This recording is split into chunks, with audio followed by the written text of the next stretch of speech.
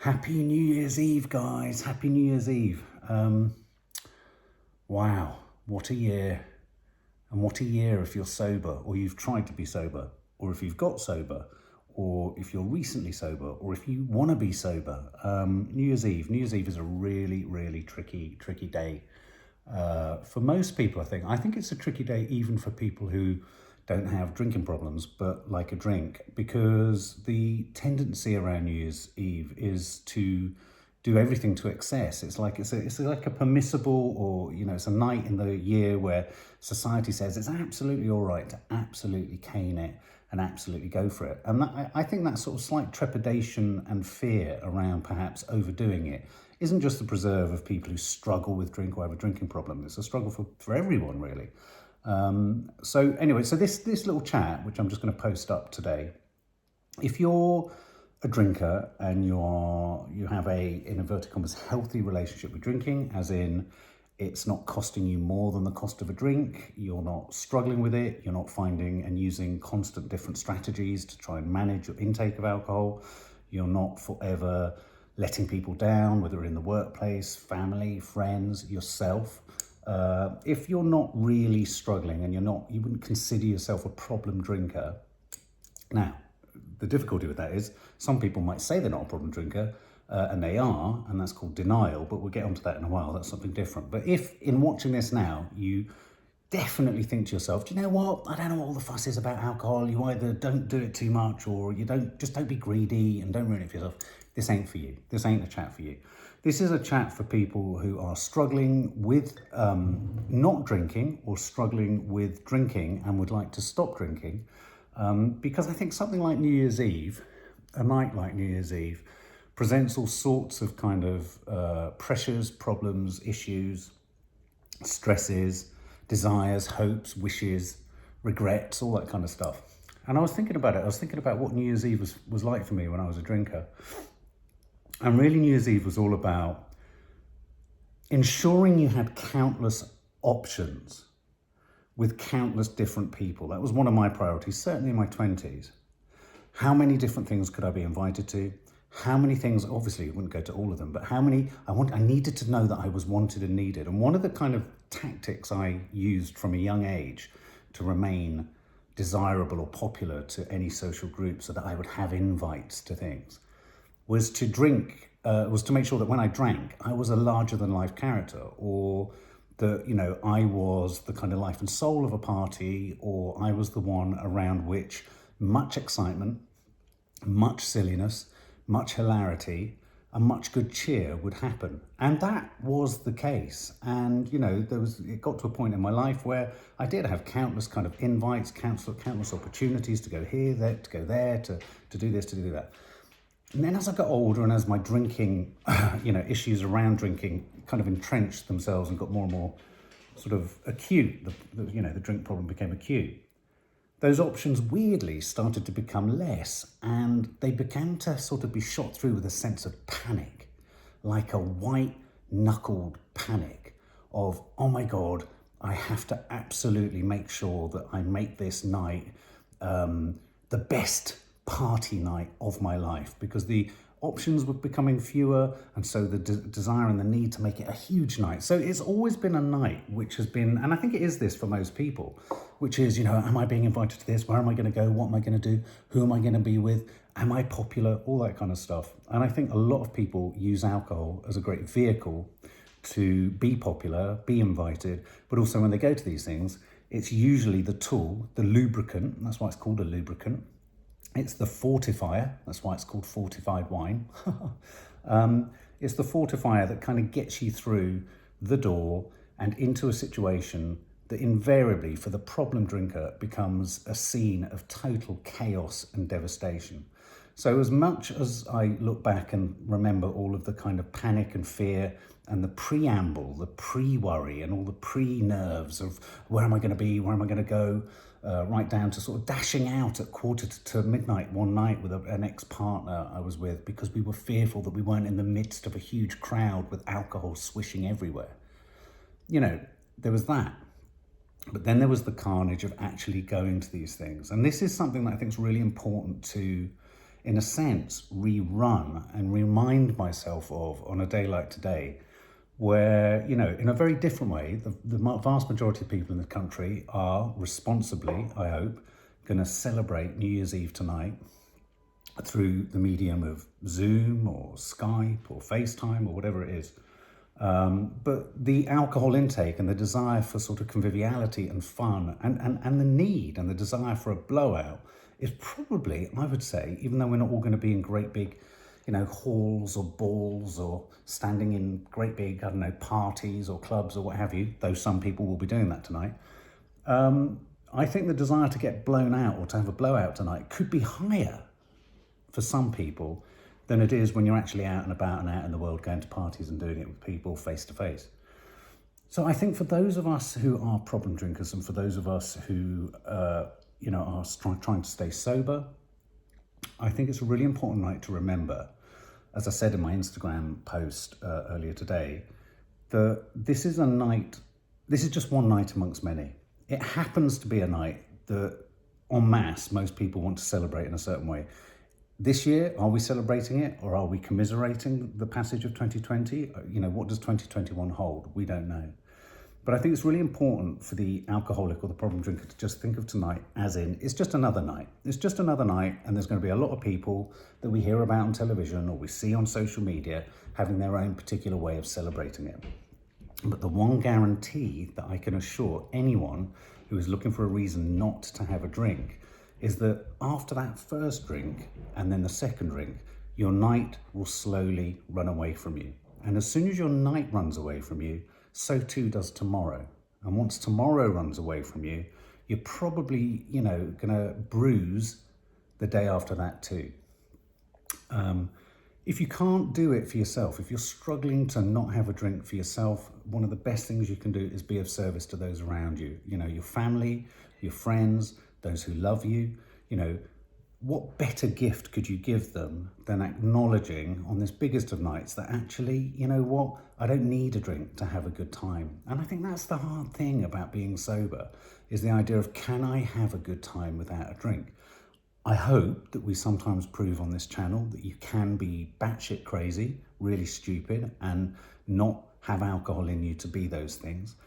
Invariably, even when people are funny, when they're drunk or when they've been drinking, there's always a sort of sadness at the back of it. I remember NADIA showing me something over the Christmas period where a wife had filmed her husband coming home from something and he was very drunk.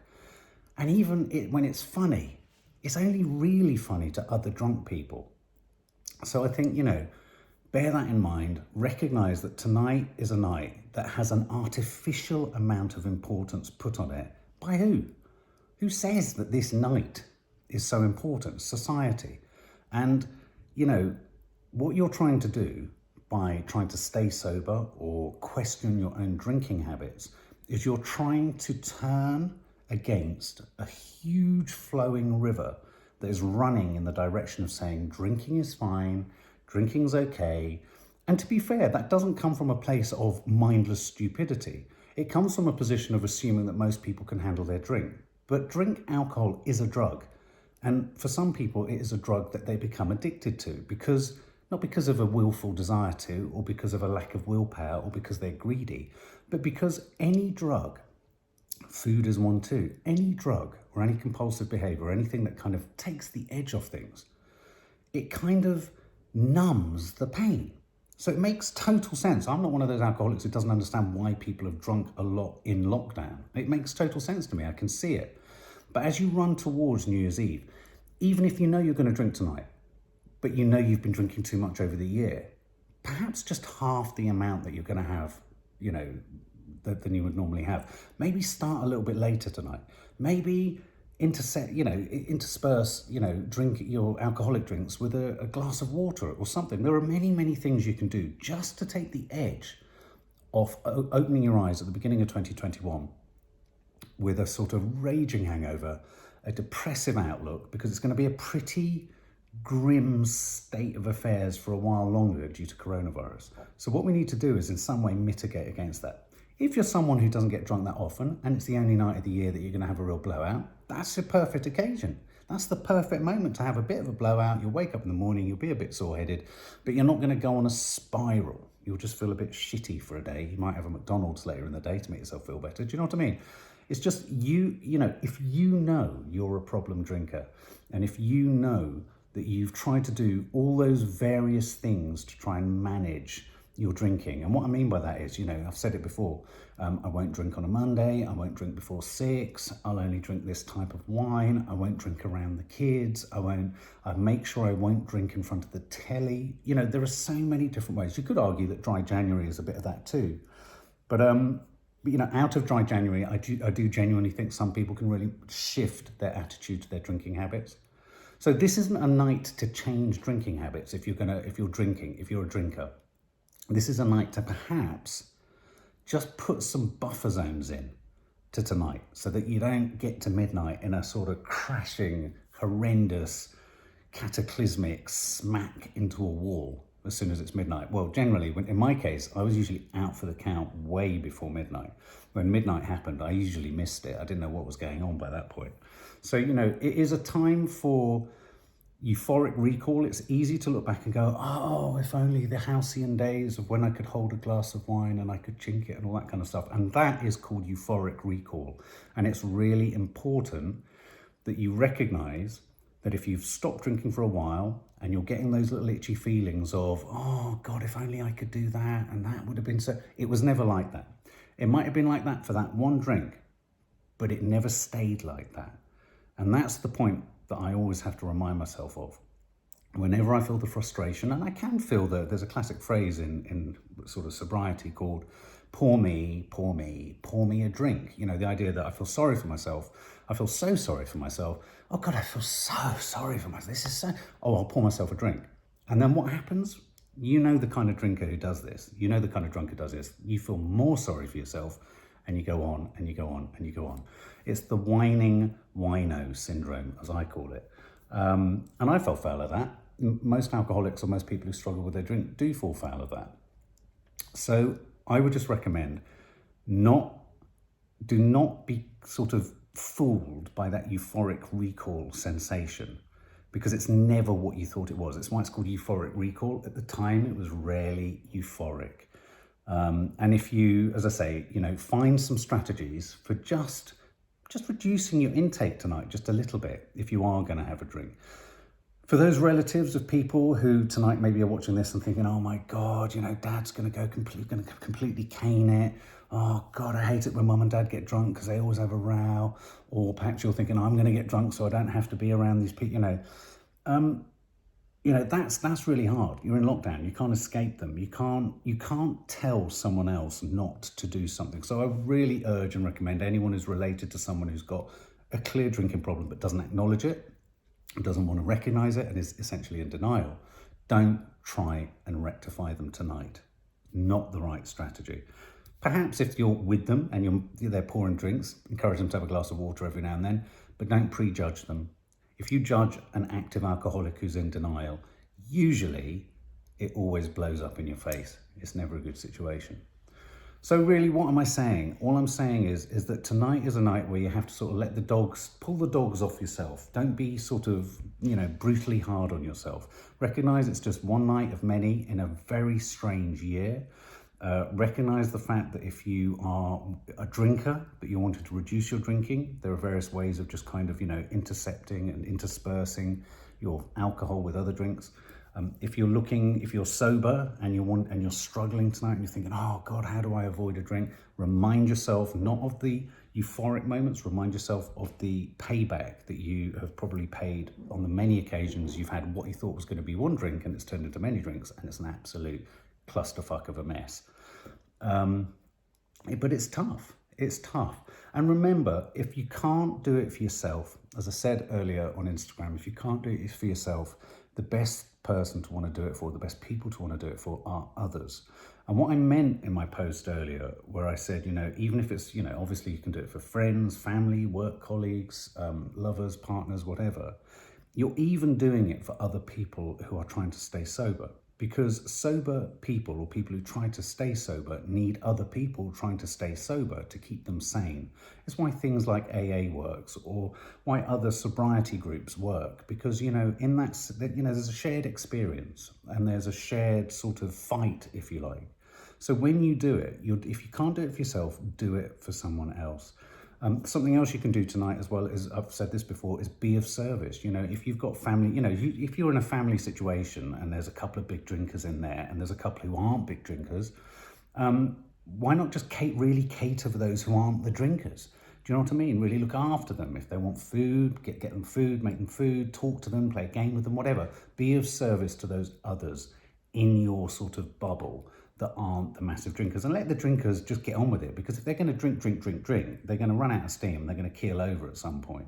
And hopefully, I mean, I know that's not always the case, they're not going to cause too much carnage.